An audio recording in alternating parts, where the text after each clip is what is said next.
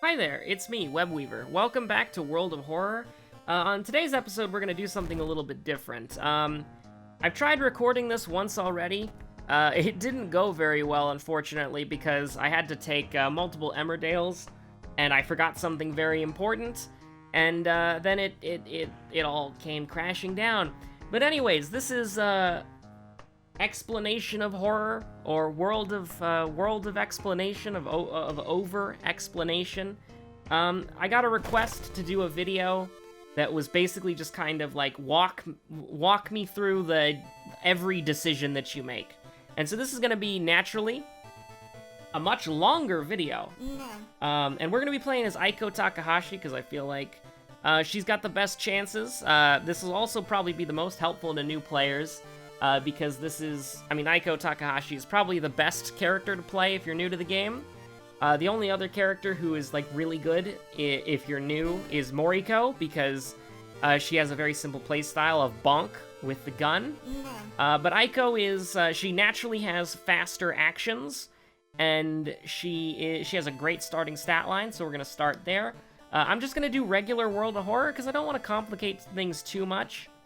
I think that Harbinger of Doom is probably the most complicated thing that we need right now. So, with that being said, we're gonna do World of Horror, and we're gonna pick, we'll probably pick something like an Athyellazath. I think this is probably the least intrusive old one, because every other old one has, like, a major effect to the video, or to the video, but to the run, most importantly. And so we'll pick the most agnostic, the most neutral, if you will. So Athyellazath, right? Casting spells that cost reason, the reason cost is replaced with doom. And you also start with a spell. So that'll be kind of interesting to see what it is. It's complete trash, just so you know. But it's interesting, nonetheless. We're gonna completely ignore it. So the first thing that I like to do when I play World of Horror is I like to go to the lighthouse, alright? And so there are 5 symbols here that matter, and then a 6th symbol that is there for some reason, but it doesn't matter. So let's take this one at a time. This symbol at the very top, the first symbol, this is a sign of Nurgle. The little 3 circle thing, this is a dexterity check. Which, to me, is weird, because it looks like a sign of Nurgle. And Nurgle boys are slow. But I guess that's why it's a dexterity check, because you gotta evade them. You gotta dodge them, Aiko. You gotta dodge the sick Nurgly boys. And then the second symbol right here, the Polaroid, the camera. Not the camera, but the Polaroid, the photograph. Look at this graph. That is second enemy. It is a memory check. You have to pick the second enemy that you fought in the run. This little check mark into an R, I call it virtual reality, because to me it looks like a VR. Or it looks like it says VR. That is a light source check, a flashlight, a heavy-duty flashlight, a torch. And then below it we have a hand with an eyeball. Talk to the hand, Pan's Labyrinth, it goes by many names. This is the knowledge check. And then finally we have the compass, the little needle with the plus, polarity, minus, that thing. That's a second mystery. So I'm just going to write these down. And we are going to, let me just write this down really quick. So the symbol at the bottom there, that's the charisma check, the arrow pointing towards the heart. I think this looks like a cherry bomb, and that's what I've called it for the longest time, but it's an arrow pointing towards a heart. You could probably guess, and you'd probably be right, it's a charisma check. And I shouldn't say check, it's a threshold, right? So you need, let's take the dexterity threshold that we have there, the sign of Nurgle right here at the very top. That is a threshold for 8 and higher. So if you have, like we do, Aiko starts with 8 dexterity. If you have 8 dexterity, then you will automatically pass. There's no RNG, there's no nothing. It's just, if you have 8 or higher, you pass. If you have 7 or lower, you fail. So that's kind of like how strong is your character generally? How much of a generalist is your character? Now, for dexterity, we're obviously already there. For Pan's Labyrinth, for the knowledge check, that's 3 points of knowledge. That's pretty difficult to get, actually. You have to put a significant amount of resources in order to acquire that. A light source, and so here's the thing. When you have the knowledge check and the light source, there is a great line that you can commit to, and I'll probably show it to you later. But for now, let's just remember you need to remember your second enemy, and the compass is your second mystery. The little needle with the polarity, the plus and the minus, that's your second mystery.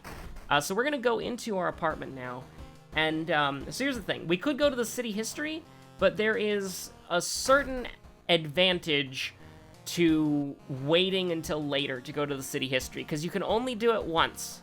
Of course, all of this is due to the current patch, which is 0.9.17 hotfix 1. This is known as the pumpkin patch.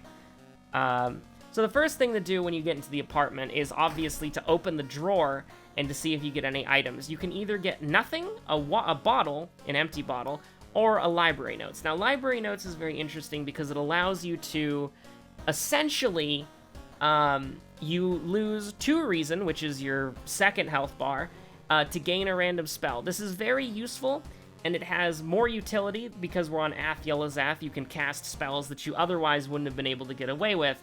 But because we're playing on Harbinger of Doom, Doom is not reduced when we complete a mystery, so it does make casting certain spells more risky than it would be on True Believer or below. True Believer being hard, Cultist being normal, Initiate being easy, and Skeptic being very easy. So hopefully, if you're new to the game, or you're just looking for generally how, I hate to say more experienced player, because that sounds wrong, but I do almost have 200 hours in this game, so I should know at least something.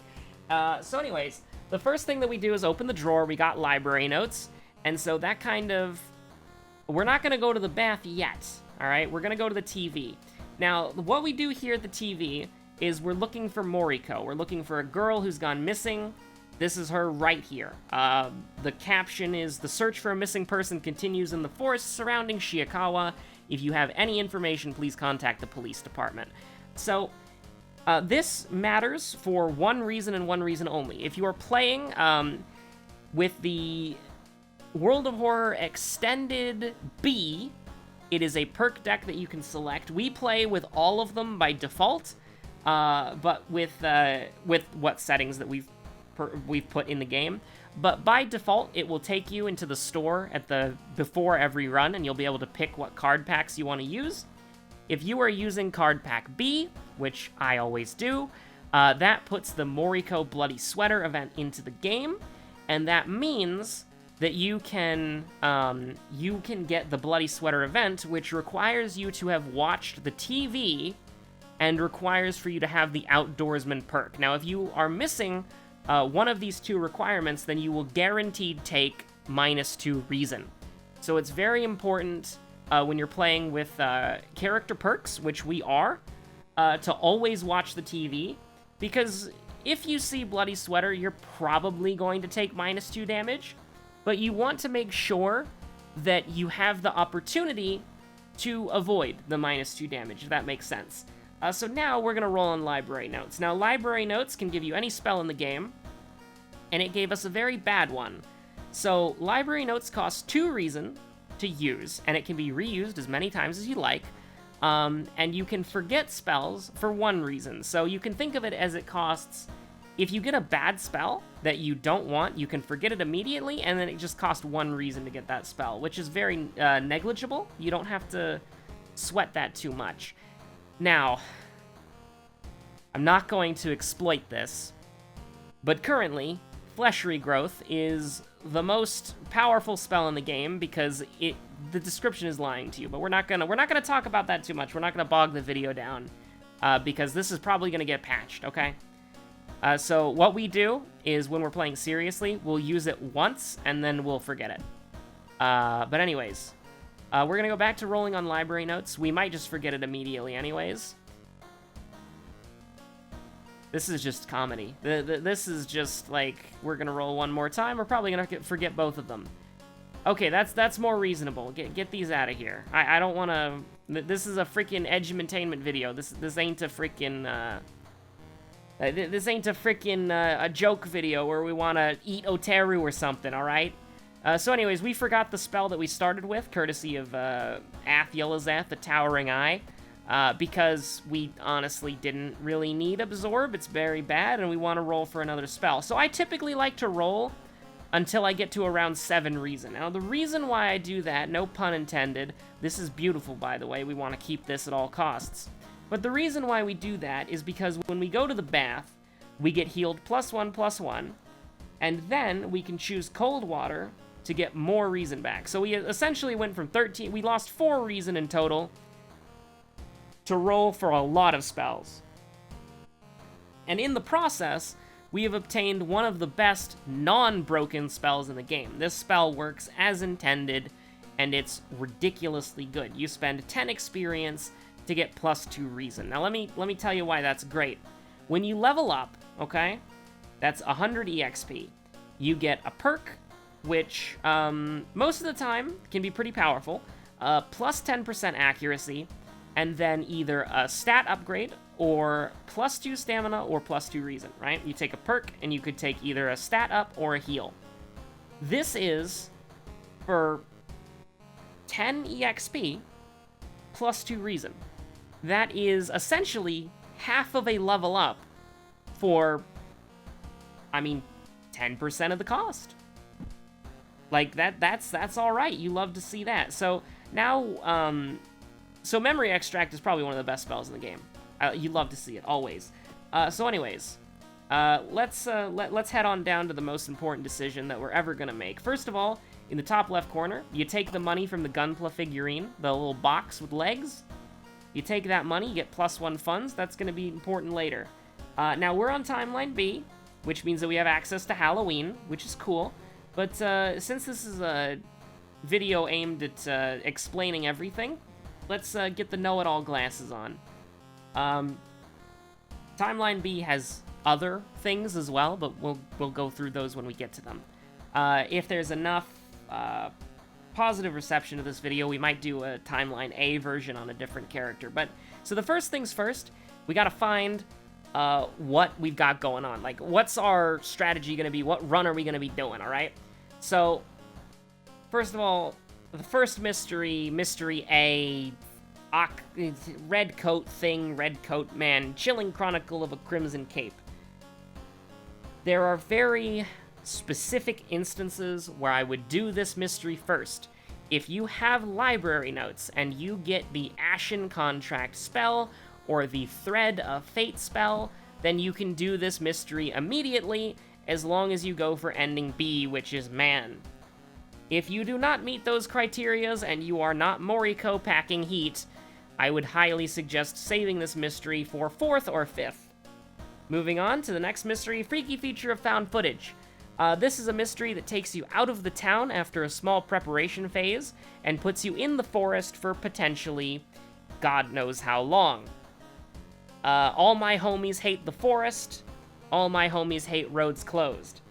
So this is something that you can do early. I don't know if I would recommend doing it early. We'll come back to it later once we've seen the rest of the mysteries. Far Out Fable of a Fear Festival. This is probably one of the most player-sided mysteries in the game.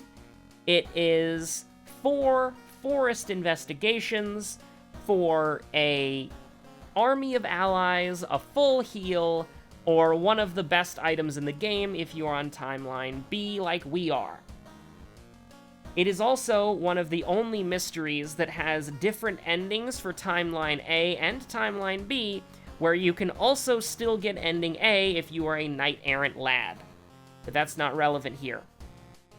Far Out Fable of a Fear Festival is the most player-sided mystery in the game, and anytime you get it, it's beautiful. There's only one other mystery that I like more than this, and we might not have it. Mermaids. Macabre Memoir of Merbid Mermaids. This mystery is an interesting one. It has the potential to be a cakewalk, but it also here's the thing. It is a mystery that you can do early if you absolutely have to. If you have Thread of Fate or Ashen Contract, it can make your life a lot easier as well. But you don't need those spells to do it early. However, I would caution. I would give caution. This is not a mystery that you want to do always first. You can. It has multiple ways to... It has a way to end the boss fight early at a minor disadvantage to yourself. If you are playing the medical history backstory, this is a lot better to do early because you have a bandage and can immediately heal yourself. And then finally, Spine-Chilling Story of School Scissors. This one is... This one is very good to do early, but it's not a first mystery, because this is one of the few mysteries in the game that takes its entirety out of town, right? So Fear Festival and School Scissors, you cannot go to the town at all. You are trapped in their mysteries until you are done with them. Fear Festival gets away with it by allowing you to basically fully heal for free. Almost for free. You do have to spend some resources, but trust me when I say that Fear Festival, you can basically count on a full heal always. And if not a full heal, like, at least, like, a +4 to both, or +5 to both, right? Which, most of the time, will be a full heal. Spine-Chilling Story of School Scissors, on the other hand, puts you in an incredibly difficult area in which you can die a lot. School Scissors is very dangerous, especially on Timeline A and Timeline B. Although Timeline B, which we're on, does have some certain advantages to it. So we're gonna do, of all things, we're gonna do mermaids first, and I'll explain why in a bit. Well, we're just gonna do it first. 17 minutes and we haven't left the house yet. There's a lot to explain. So, here's the thing, right? When we get into a run, the first thing that I like to do is, since we took money from the gunpla at our home, we're gonna go to the tree.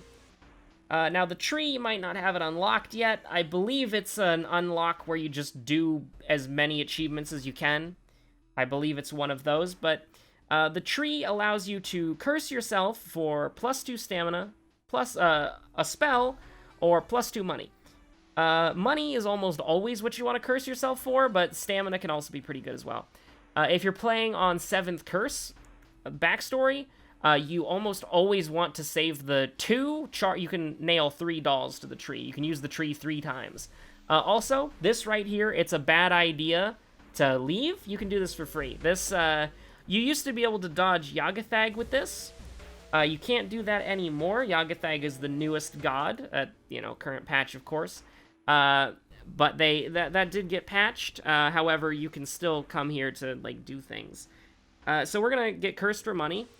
And this is probably this is, I would say, a medium bad curse. Now, this sounds horrible, but the percentage chance of this proccing is pretty low. And so it can screw you over, and it has screwed us over before, but chance of raising doom each investigation. I mean, every time you investigate something, that has a chance of raising doom. Okay? So this just kind of makes that worse. And it's bad, don't get me wrong, but,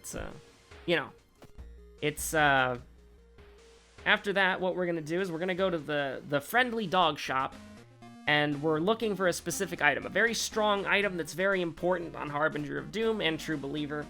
Unfortunately, we didn't get it in our first rotation, so we're gonna have to restock. We're looking for the compass. The map, it is debated to this day whether or not this thing actually works, because it has never worked for me. It does say it has a small chance of lowering Doom, but every time I've used it, I've never seen the Doom counter go down once. So I would not recommend the map, and there are much better C-slot items, and we're trying to get one here today. We do have a light source check. However, we're going to get a light source in a different way, so we're not going to buy the flashlight either. Energy drink is bad. Sewing kit is good, but we don't need it right now, and Aiko does have multiple ways of healing her stamina with character exclusive perks on. Steak knife is very strong on Aiko because it's a dexterity weapon and she's got 8 dexterity. We'll go into more how speed works later, but we're gonna restock because that's what we care about. And here it is, ladies and gentlemen. In my opinion, one of the best items in the game, the compass. It is a C-slot item that gives you a guaranteed +2 experience each investigation, or each investigation that you do. So every time you click this button down here, every time you go to a tile, everything like that. So now what we're going to do is we're going to sell the library notes, and the reason why is because I'd like to buy something else. We're going to sell the library notes and go back to the tree and curse ourselves again. Now, curses can be good, well, curses can be benign, like the Innsmouth look. Curses can be a little bit bad, a little bit not, like, very important, like, obviously this is in the context of the game and not in real life, but the suicidal curse is not actually that bad.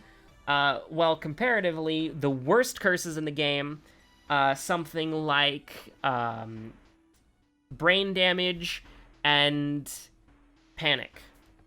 Brain damage is a permanent -2 debuff to your knowledge, and we really, really don't want that, but that's a risk that we're gonna have to take. So hunger is one of the...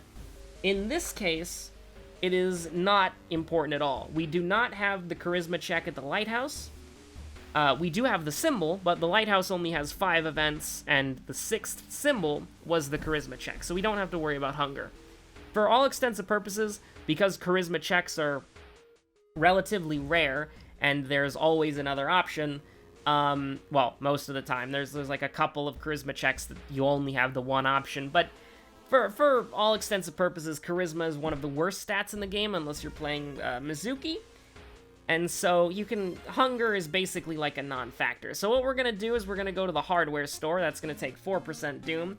And unfortunately, the hardware store has one of the lowest amount of items in the pool, but we didn't get it. We're looking for the heavy duty flashlight, the heavy metal, the heavy duty, the heavy bonk itself, the freaking iconography of the freaking Discord server. The heavy-duty flashlight is one of the most well-rounded and best weapons in the game, in my opinion, and it is a knowledge weapon. So why did we take this? Our knowledge is 5. So what does this mean, right? What is a knowledge weapon? What does knowledge 5 mean? All right, I'll take a second to explain this. Essentially, the idea is that we have 5 knowledge, right? So what that means is that for every point of knowledge we have, okay, that is -3 to the speed. So we would be at 70 speed. However, with Aiko, I don't know her exact ratio. She does have faster actions than everybody else. So I don't know.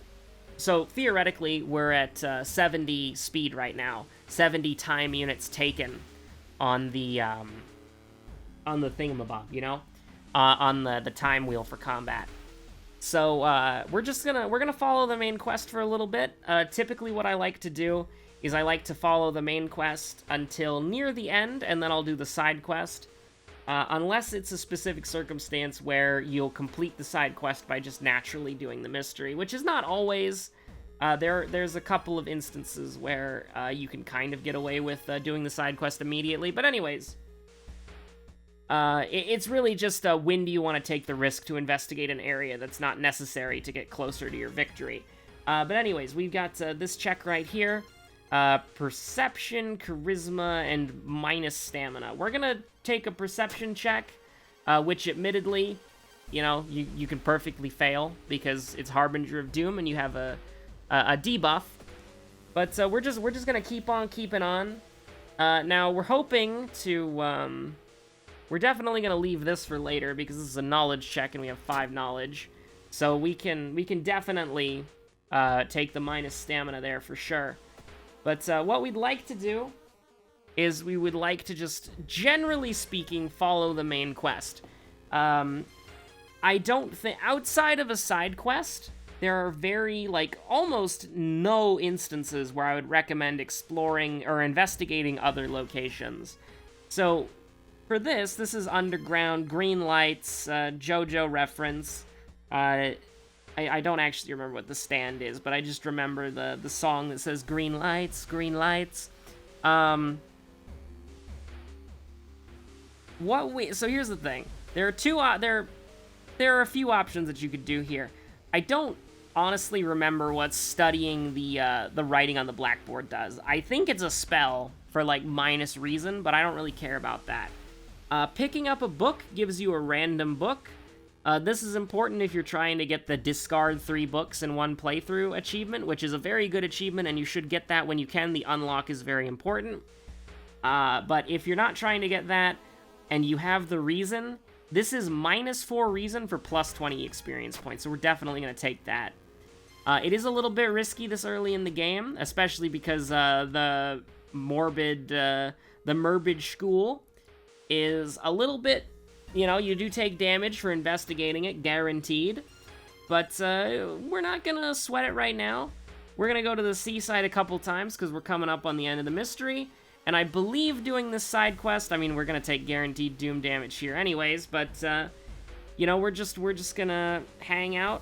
We're just gonna talk to them, buy them around. You ask too many questions, you frick around and you find out why. Now, we are in what I like to call cadaver range. We could die the next time we click the investigate button. So what we're going to do is we're going to just rest at our house. Get +2/+2. Hit it back up there. And then now we're a little bit safer, because most cadavers just do -2. There are some oh no. So this is a disaster. This is terrible. Everything about this has gone horribly wrong. So instead of 15, it's now 9. And so our speed bonus is now 9. And then immediately we get into a fight against the aspiring model, which is an enemy who doubles her damage after turn 1. This is tragic. So Aiko naturally having a speed boost is really nice here, but this is a really rough enemy to fight first. Probably one of the worst enemies to fight first, if I'm being honest with you. But we've just gotta... What we're gonna do is very simple. We're going to try to get some attacks off, because with an enemy that doubles her damage after the first turn, you gotta get in there, and you gotta get in there quick. So we're gonna deal with a 75% for 6 damage, 65% for regular, and we got super lucky there. Now we can't guarantee, we can't guarantee the W here, because that's, unfortunately we can't do that. So what we're gonna do is we're gonna prepare a kick, so we're guaranteed to do preparation. Guarantees the attack boost, gives you plus 10% chance. So kick is always an 80%. So we're buffing it up once with attack boost. I should probably explain what's going on here a little bit. Although I would like to assume, just for the purposes of speed, that you know the basic mechanics. But essentially the idea is that you have your base accuracy, which is of the weapon, so 75% chance to hit. Plus 10% for each level. So we have a base 85% chance to hit, and then that 85% chance to hit is taken down by the enemy's power level. So 85 minus 30%, we're at 55% base chance to hit.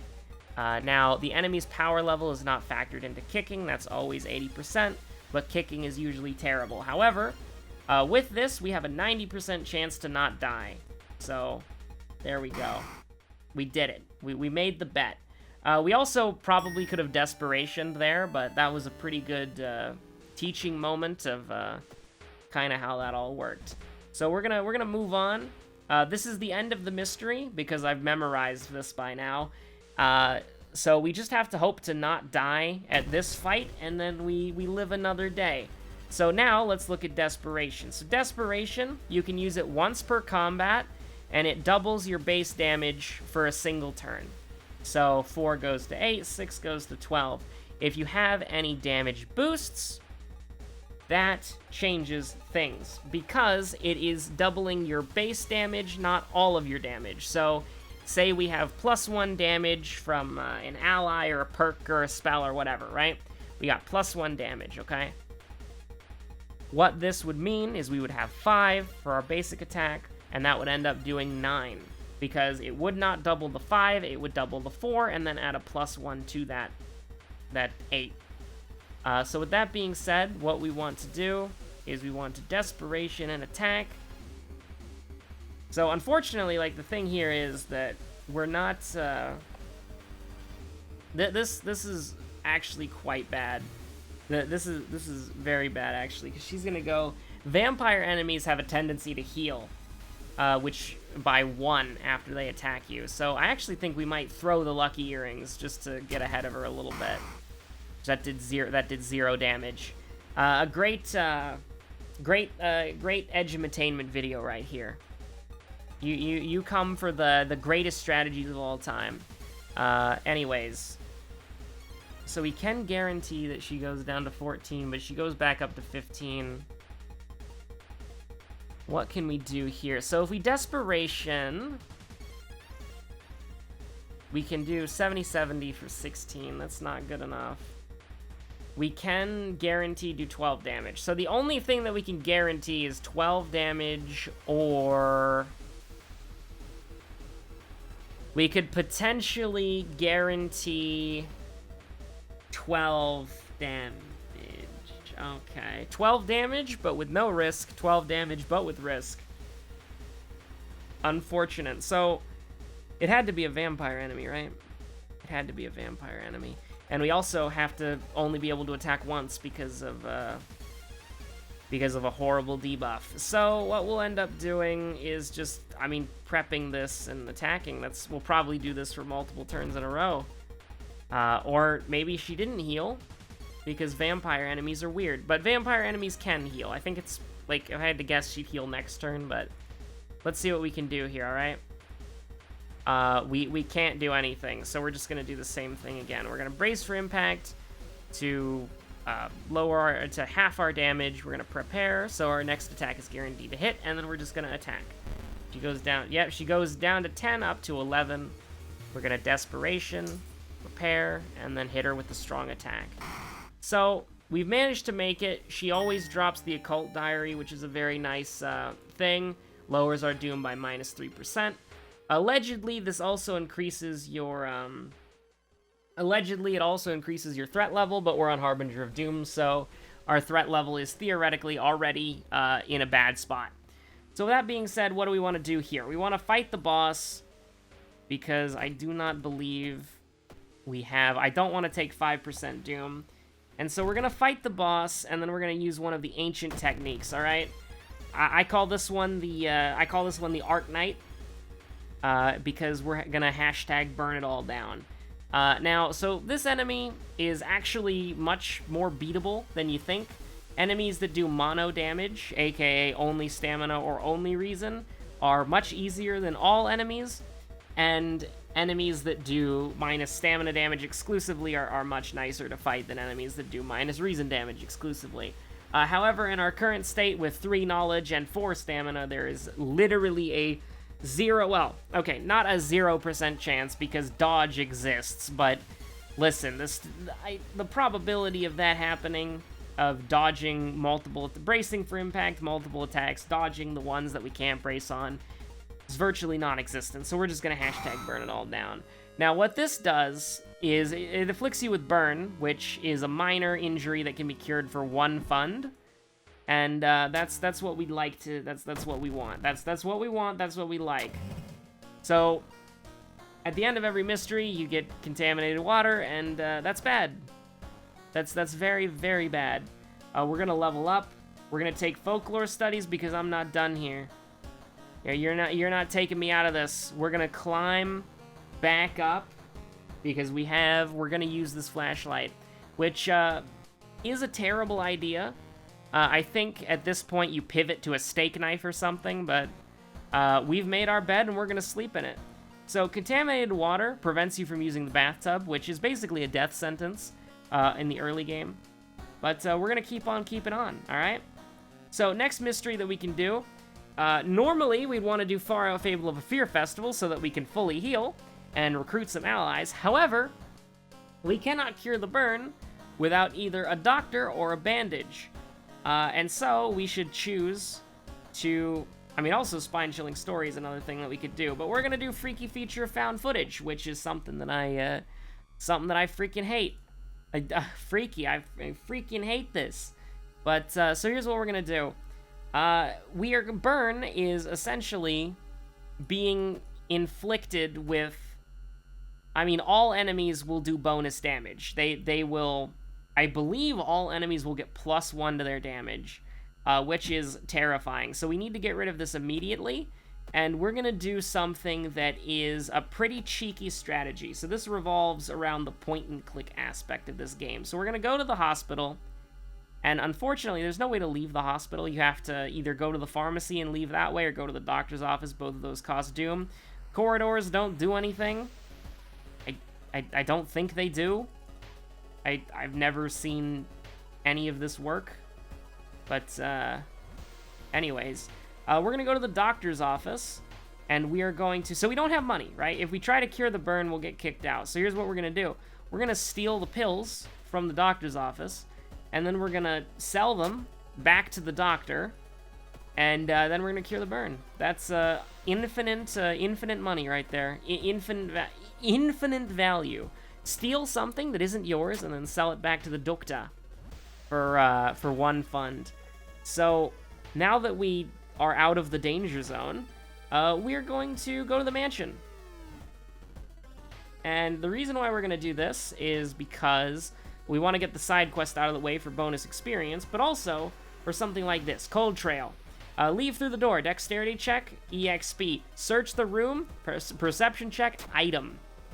And that is a pretty bad item for our current situation. But it might not be that bad, because smaller doom penalty from escaping for combat. We're not on Ath. We're not on Ath Yelazath. We could 3% doom for running away. That's actually something that I'm down with. Now, lift the heaviest box or don't overwork yourself. We're gonna lift the heaviest box. This is -1 to +3 reason.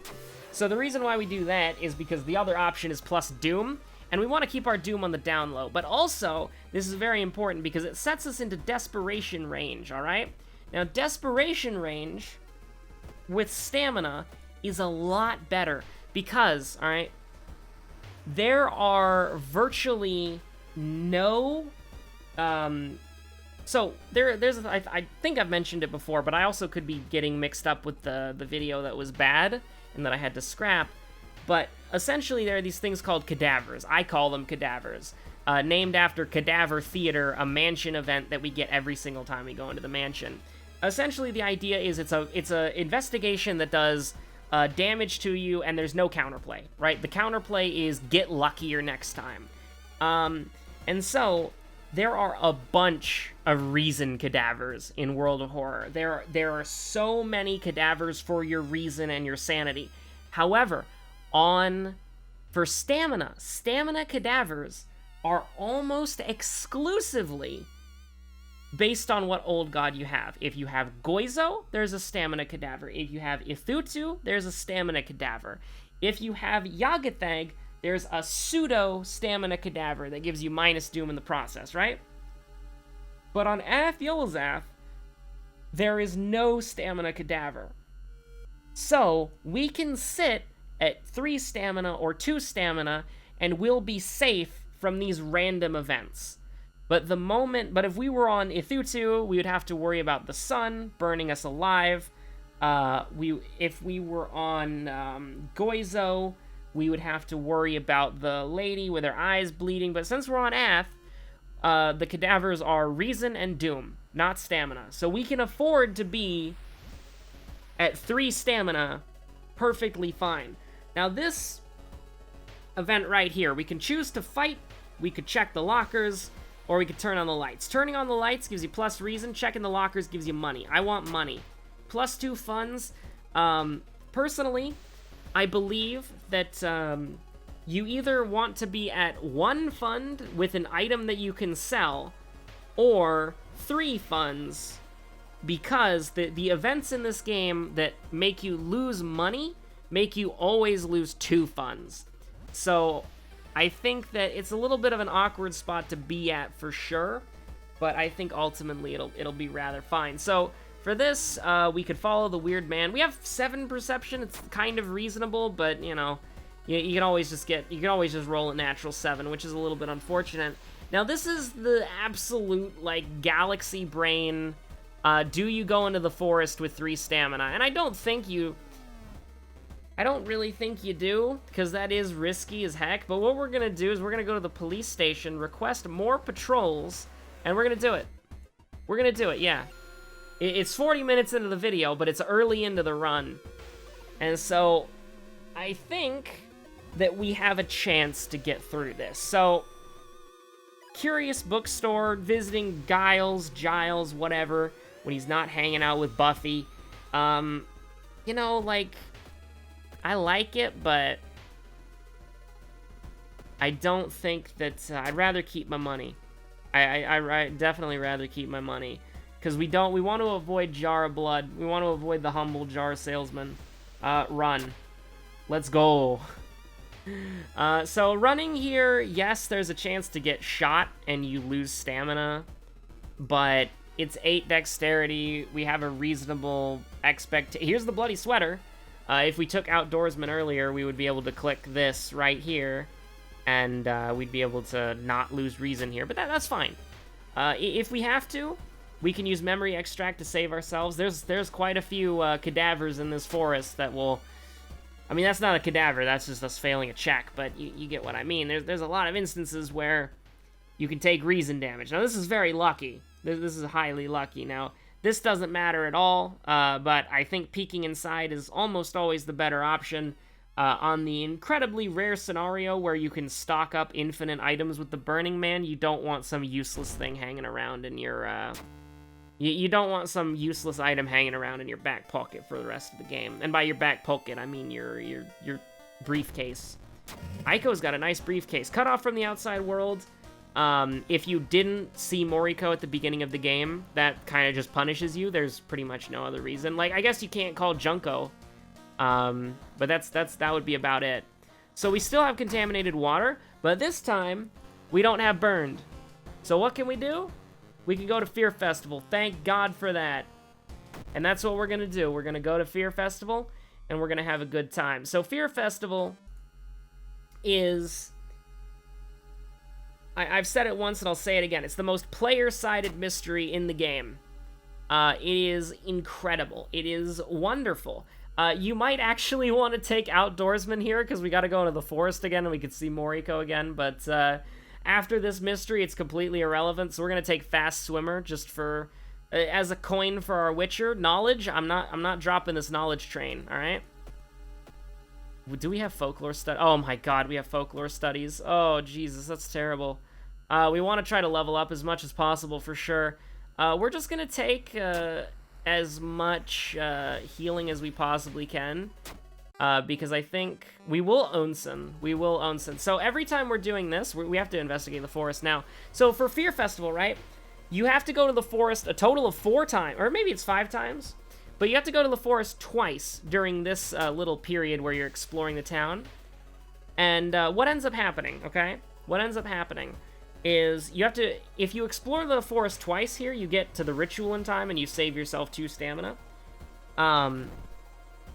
So this is, are we in the, yeah, we're in the 3% Doom territory. Okay, we don't want to, we don't want to rest anymore, I think. We want to vibe for a bit. So let's take the free action of looking for your friends. Now here's the thing, you can decline for free, and it won't give you any negative connotations, but every time that we go here, right, we basically rest for 1%, 1%, 2%, 3%, 4%. Our Doom is getting a little higher. I'm not very happy with this. If we get a stamina, then we might say yes, but only if we see somebody with stamina. We're not gonna hurt our reason here, and even then we might acquiesce against it.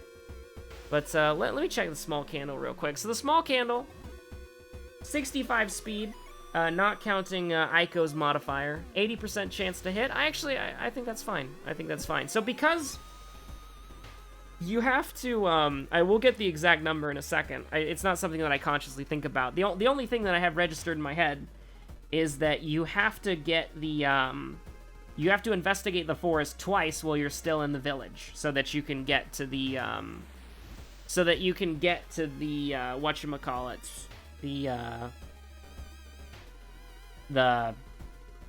the abandoned, I don't even remember what it is. Like, honestly, I genuinely don't remember. It's an abandoned factory, I guess? To get to the boss fight, basically. Tataru, send this enemy to hell. That's, my number one advice to you is, with Tataru, is just send the enemy to hell. Just send Tataru to hell. Just kill him as fast as humanly possible. Don't look back. Just send. That is, we're gonna just doom enemies in general. You just want to murder them as fast as possible. But Tataru is a special kind of jerk. Every time he attacks you, it's 5 total investigations in the forest, by the way, not 4. Every time, I should have taken the minus stamina there. Every time Tataru attacks you, it has a chance of burning you. Which is bad. You don't want that. You don't want Tataru to burn you. So now our aunt is gonna summon. Jack's films, and so haha, original joke. Never heard that one before, but yeah. So this is a Timeline B exclusive, and I guess the idea here is that we gotta take. So here's the thing, when you brace for impact, it's rounded down, right? And this enemy, we have to attack our aunt and deal 20 damage. Sorry, aunt, in IRL, but we have to stop you from doing this. This is nonsense. But anyway, so we're gonna brace for impact, because bracing for impact works on Doom. So 2% Doom, and then we can do 8 damage. And then, after that, we can do, so we're doing 8 damage. And then we get there, so that's nice.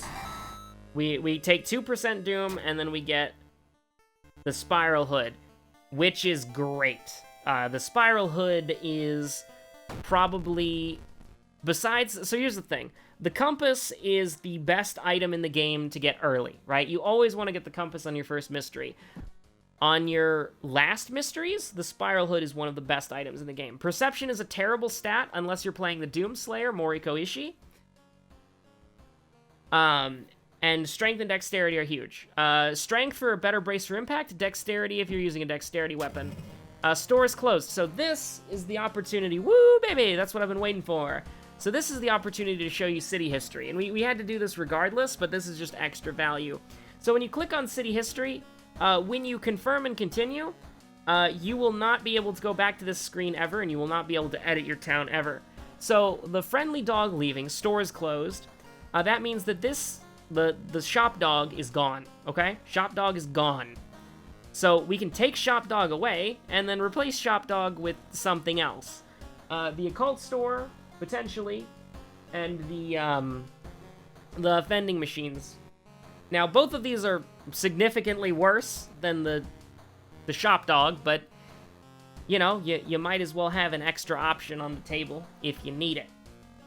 With that being said, we're gonna take the monument in the sea. We're gonna take the occult store in downtown, but most importantly, we're gonna take the monument in Seaside. Now, this is the most important. Okay, this is by far and large the most important location in the game.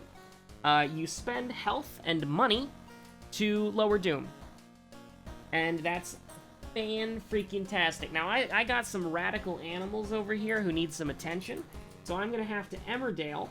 I'm terribly sorry due to some technical faults. We're trying to find the fault. We will correct it and get back to Emmerdale as soon as we can. We've lost Emmerdale. In the meantime, we'll play a little. I'm pleased to say we can rejoin Emmerdale. But yeah, I'm gonna do that real quick, and then we'll move on. Emmerdale. It's your boy, and I'm back from the Emmerdale. Do not worry. I have completely forgotten who the second enemy is. So I never wrote it down. This is a little bit of a different kind of video for me. So I hope that I'm doing all right so far. Hey, if you made it this far into the video, Feel free to leave some feedback in the comments down below. What you think I could do better, what you think I could, where I'm lacking a little bit. I don't know if you've noticed, but kind of like halfway through recording this video, I kind of decided like I've never really done like a explain like everything sort of style before, and so I don't really have an idea of what I should be explaining and what I shouldn't be explaining. I don't really know yet, but I'm getting there. If you'd like to see another video like this in the future, then please do let me know. With that being said, let's get on with it. So the second mystery, we can definitely work that out. Like, that's not a big deal at all. So we're in a tough spot. All right, I'm not gonna lie to you. We're in a really rough spot. This is starting to look like a loss to me. The reason being, because we have 68% Doom, we're running out of resources, and we have to fight Akamanto, and we have to clear the school. Both of these are a goddamn nightmare to actually try and do. So I'm gonna take a quick look at our perks. Oh, it's terrible. It's horrible. We're gonna do school. We're gonna do school. School is risky. School is risky. You can lose stamina in school. School is bad. Don't do school, kids, especially when it's haunted by a scissor woman who wants to murder you. Although, now that I think about it, we do have the burned prefix, so that's pretty cool. I haven't seen that in a hot minute. So with, I think we say it every time, but on timeline A, the sigil matters. On timeline B, the tab up here with the clap and the clap matters. Always check out the school lockers. Check out the one in the middle with the symbol on it, the middle symbol. That'll give you usually a baseball bat, but I guess this time it gives us a torch because burned school. Never, ever, ever, ever, ever open this locker right here. Just don't do it. Don't open the leftmost locker. Don't do it. Always open the middle locker with the baseball bat in it, or open use the tiny key to get the gun. Don't ever open the leftmost locker. It's a bad idea. You're gonna regret it pretty much instantaneously. But with that being said, we need to level up as many times as possible. We need 3 more points of knowledge, which I think is impossible, but might not be. I think it's theoretically possible. I've said it before, I've said it again, I'd rather be I think 3 funds is a pretty safe place to hang around. Obviously, if you have the tiny key, you can use it to get the freaking thing there. Minus 2% Doom with the final base, you love to see it. We are going a little bit quicker here because there's not really a lot to explain. I mean, you can peek outside for fun, but this is literally just like, hey there, little guy, how's it going? It doesn't slam properly like half the time. But there's not really much to do here other than click investigate the next school thing. It's Maru. So here's the thing with Maru, minus 3 damage, that's kind of nasty. This is beautiful. So we're doing 15 damage. Unfortunately, that's not good enough unless we would want to throw a torch or something, but you know, I'm carrying the torch from me unto you, not into you, not burning you, but unto you. We're carrying the torch together, Maru. How dare you? So I think that probably the best course of action here is to brace for impact, so we take -1/-1, go down to 4/5, and then just send her as many times as possible with the candle. Or maybe not. Maybe. That's probably stupid. But what if it worked? No, that's probably dumb. Let's just brace for impact. So here's the risky business, right? In timeline B, you can take a maximum of 3 damage from Ye Olde Ritual, right? And so, or the final aspect of it, all right? And so, I actually just now noticed for like steak knife equivalents, they do 3 base and then 4 heavy. That's actually not that good. But anyways, that's besides the point. We're getting a little sidetracked here. We're just gonna guarantee that Maru dies, and then we're gonna be on with our way. We leveled up, which is fantastic. You love to see it. We will take... Honestly, I'm thinking art knowledge, because this can help us out in the school, help preserve our stats, and then we're gonna take knowledge again. We're not gonna stop this. We will do this just because it's good practice. We've already got the main actually, no, we don't. Oh, a dude leaning up against a freaking wall, but he's got a real bad back. He's got scoliosis. There we go. This doesn't matter, by the way. This literally is irrelevant in Timeline B, but in Timeline A, you want to make sure you do that. Unless you want, you know, the scissors, in which case you probably don't want to do that. But observe the smog. Oh no, we might actually have a chance of dying here. If we get two, actually no, it's actually no, we'd be fine, wouldn't we? As long as we die in the, I don't actually know, but we'll see what happens. So with this, you know, we just obviously, like, she's dead. She's dead. We'll put the torch away, I guess, just to pick up the steak knife. I think the steak knife is probably better to throw. So right now we know the ritual is clap, clap because of the book. Hey, hold on a minute, I'm writing my Notepad++. How dare you? But anyways, we're just gonna open the door. And hello there, miss. How are you doing? So we just have to hope that we don't die here. We've never died during this process before. We'll see what happens. So it's clap, clap, duh. Bow, you love to see it. Bow. And then a clap. I'm pretty sure, the only reason I was slightly worried about that is because we don't know what ending C is for this mystery, and the only thing that I can think of is that you die during the ritual. That's it! That's the only thing I can think of. Because it's the only thing that I've never seen. But anyways, let's just, we've got riots. Dangerous bands of Mikus are roaming around the streets. We have to protect our children from Miku.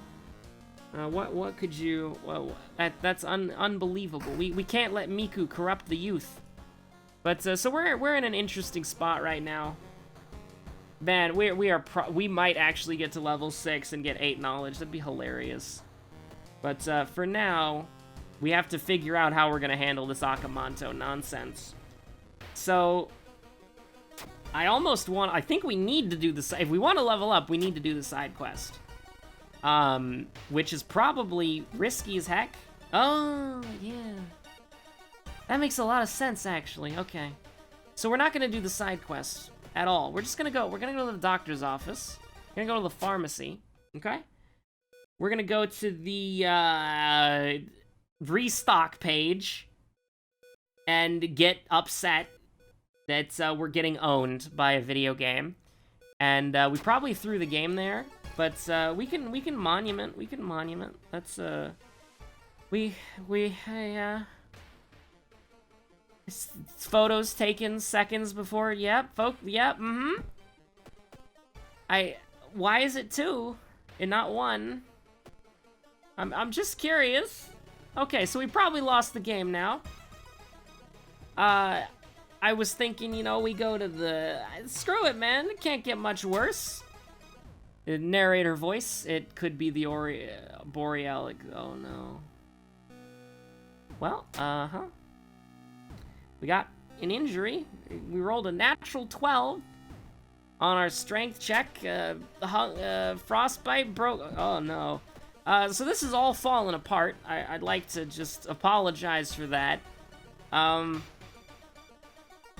So this is the part where we bandage our wounds with Spiral Hoodie and just pretend that we still have our strength stat. Is that right? Oh, but we have broken bones, so we can't really recover from that. But you know, we'll just wear the hoodie anyways. So this is completely gone off the rails. We will now follow the circle until we are dead. Get lost. The game is trying to tell me something. So, you know, this has been an interesting kind of video to make. I hope it was helpful, I hope it was helpful for you, yes. That's, well, you know, we can't, you can't win every check. We were gonna take it just because we wanted to see if we could get rid of Frostbite. Jesus Christ. We really need some sort of miracle to happen here. I mean, I'm not worried about, whatchamacallit. We need a spell. That's what we need, right? Can you go to the library? Hold on, does this work? Yeah, it does. The old librarian's gaze, huh? I mean, that's... Wait, hold on. Hold on! We can finagle something here. Alright, so here's what I'm thinking. We gain a bunch of reason, and then we regenerate a bunch of stamina, and then we kill Akamanto, and then we win the game. And by that, I mean we forgot the second enemy, so we lose the game anyways, because even though I have a notepad... In the arms of the angels. Uh-huh. And then we do that, and then we're good to go. We're probably gonna doom out when we click this button, so let's do it. It's oh my god, we all oh no no no no no no no no no no no no no no no. Oh thank God.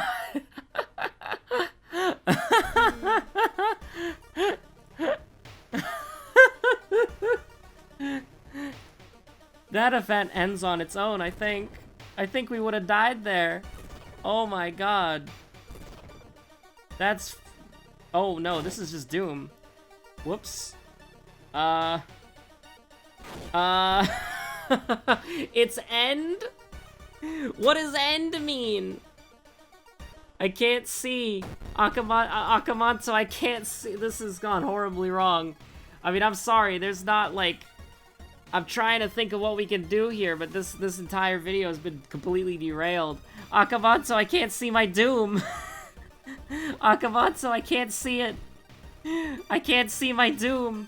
Throw the freaking steak knife, the torch, the freaking compass. Throw it all, dude.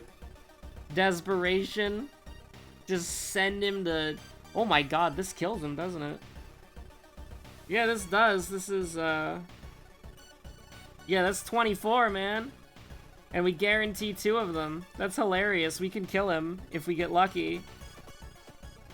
Oh. Alright. Alright, I know it went off the rails near the end there, but I don't have time to record another one. I hope that Web explains World of Horror, or at least how he plays World of Horror. I hope that, I hope that helped you out. Anyway... that was an amazing ending. What's hilarious is that if we remembered the second enemy, we actually could have won there. Because if we killed Akamanto with the 90% chance, the 2 90% chances, 1 missed. If we killed Akamanto with the 2 90% chances, right? We would have been at 95% doom. And then we might have been able to actually, like, clutch the victory. That's hilarious. If we got lucky with not getting much doom when exploring the lighthouse naturally, we could have actually won that. We probably still would have doomed out, but that's hilarious. That's genuinely really funny. Thank you for watching. Like, genuinely, if you've made it this far into the video, like, seriously, I really appreciate it. This was honestly kind of a weird video to do. I've never done something like it before, where I just kind of like, we're doing this, this, and this, and this is why. If you had any feedback, I'd love to read it in the comments down below. And, you know, I guess I haven't been able to make this announcement yet because I've been super excited. So if you've made it, if you're like the average view time is like 15 to 20 minutes. So if you're one of the legends who watches to the end of the video, I guess this is, I've announced this on the Discord, but I'm finally going to be able to build my new computer. I won the new egg raffle to be able to buy a processor, and it was bundled with a motherboard that is actually on the okay, listen, it's the forum, it's the Linus Tech Tips forum. It has, there's somebody is keeping a motherboard tier list there for AMD, and they rated this motherboard at S-. And you know, they had S, S-, A, B, C, D, F, that sort of thing. And this was an S- motherboard, and it was, I mean, people apparently consider it really good. It has what I need for a motherboard. Apparently the VRMs are fast, so I got a processor and a motherboard, and then earlier today, well, technically yesterday, because you're watching this on the 28th, earlier on the 27th, I won the new egg raffle again, and I got a one of those AMD ones, which are the nice number, the 6900. I was given the privilege to be able to buy one, and it was actually the brand that I wanted. It was the Red Devil, because I was reading good things about it online at one point, and I was like, hey, you know, if I were to ever get an AMD graphics card, I would get a Red Devil. So I'm very excited. I'm very happy. Finally, I'll be able to build that editing computer, and finally, after all these years, literally years, because I've been working with a freaking crappy Adobe Premiere for probably, I mean, pretty much since 2016. My computer was never really built for it, and the feature set and the specs just keep going up, and my RAM's falling off, my processor's falling off. Like, it's still all good, but perfect for gaming, but creative stuff, you know, I needed an upgrade. It's been years overdue, and so I'm very excited to hopefully finally be able to get back to editing. Like, man, when I build this computer, it's making me, like, sad but happy at the same time. Like, thinking about, imagine being able to run Adobe Premiere at, like, a usable frame rate, right? Like, I've been working with, like, a 5 to 15 FPS slideshow for 6 years. About, right? Because I started... The earliest YouTube videos I did... Well, no. I was using iMovie back then when I was a real amateur, but probably for about the better part of, like, 4.5 years, I've been using, like, a virtually, like, what people in the industry refer to as unusable, right? Like, I've been using that for, like, 4.5 years, like, the better part, for sure. And it's pretty crazy to think about, like, actually being able to use an editing product that isn't Vegas at a functional level is wild. It really is wild. It's kind of blowing me away, honestly. It hasn't really sunk in yet, but I'll be able to build the computer soon. You know, I got all the hard-to-get parts. I mean, it's taken like 5 months, but I got them. And, you know, it's pretty crazy, honestly. I'm very thankful that I won those raffles, and I'm happy, you know? I'm just, got a more positive outlook over these last couple of days. Because, yeah, it's like you know, it's like an editing computer. It's not the most important thing in the world. I could live without it, but I don't know. It's just I feel like it's a nice luxury because it's a major upgrade to the hobby, and it makes me really happy. So I'm very excited to be able to, I'm already thinking about like what I could do with it. Right, like I have all these ideas that I got going on, like, hey, I can make Trial Conjurer again. I've still got all the old footage.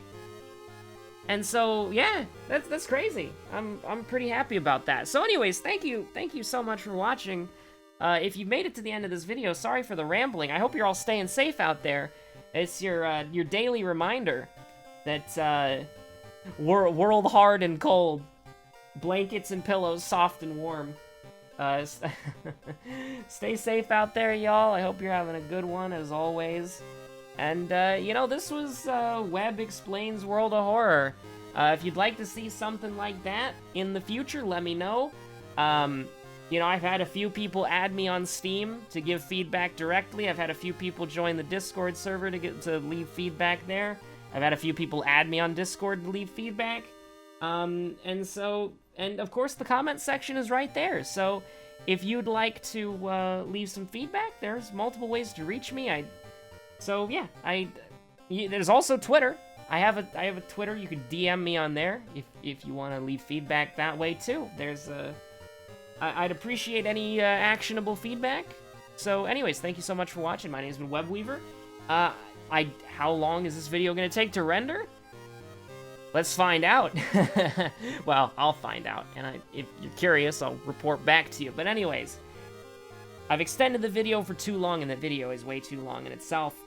So yeah, thanks for watching. I hope it was fun. I hope you had fun. It was a different kind of video for sure, and gonna be honest, I don't really know how I did, because it's a different kind of video, you know, like, I can ramble in front of a camera for several hours, but you want to focus that rambling on strategy? It's like, I don't play games competitively, you know? But I do have experience in this game, and if that experience can help out newer players, then... Or if it's just, or if you like the longer form video, you know? That's, you know, that's good too. Like, if you're a newer player and you're kind of wondering, like, hey, why do you do this? Why do you do that? This is a great episode to learn why I do things. Because I've never really, like, put it all in one video before. And so, yeah, if you enjoyed, please let me know, so that I can, like, have the critical information going forward. But anyways, yeah, thank you. Thank you for watching, seriously. Dropping, like, a freaking feature-length film, directed by Panstash, acted by Webweaver Actual Filler, a brand account for the legendary, one pseudo-viral video about New Year's Corrin. That's me, dude. Yeah, anyways, thank you. Thank you for watching, and stay safe out there. Bye.